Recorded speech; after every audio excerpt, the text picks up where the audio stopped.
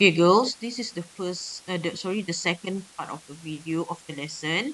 Okay, if you haven't watched the first part, okay, please watch it first. Okay, the learning outcome is to determine the relation between three or more variables for a given joint variation. So, during the previous lesson, you already know how to write the relation between two variables. Y varies directly as x. So involve only y and x.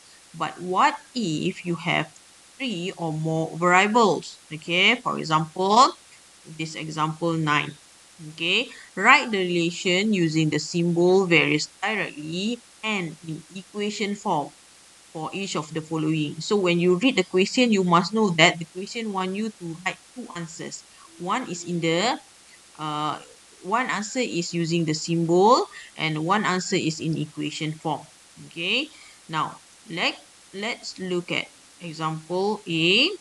It said P varies directly as Q and square root of R.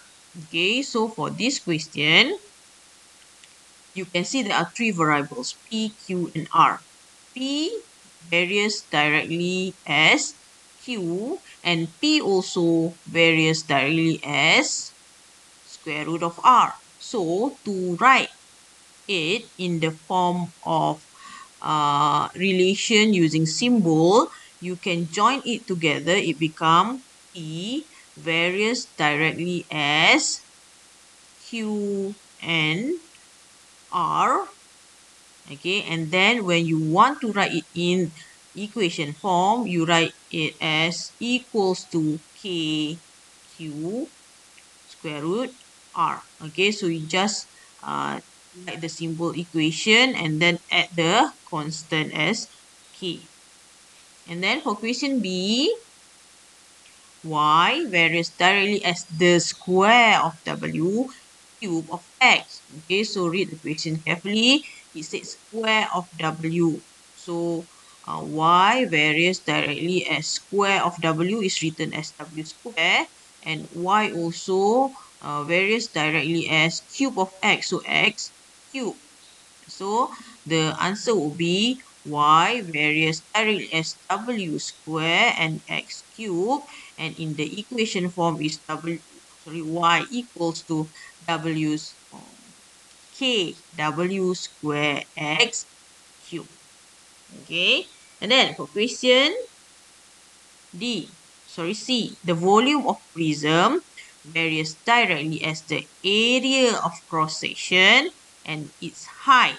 Okay, so understand the question, then you write the answer. V varies directly as area and its height. So in the equation form, V equals to K A H. Okay, and then for question D, the mass of W of a cylindrical metal rod varies directly as length of its length P and the square of its diameter. Okay, and the diameter is T.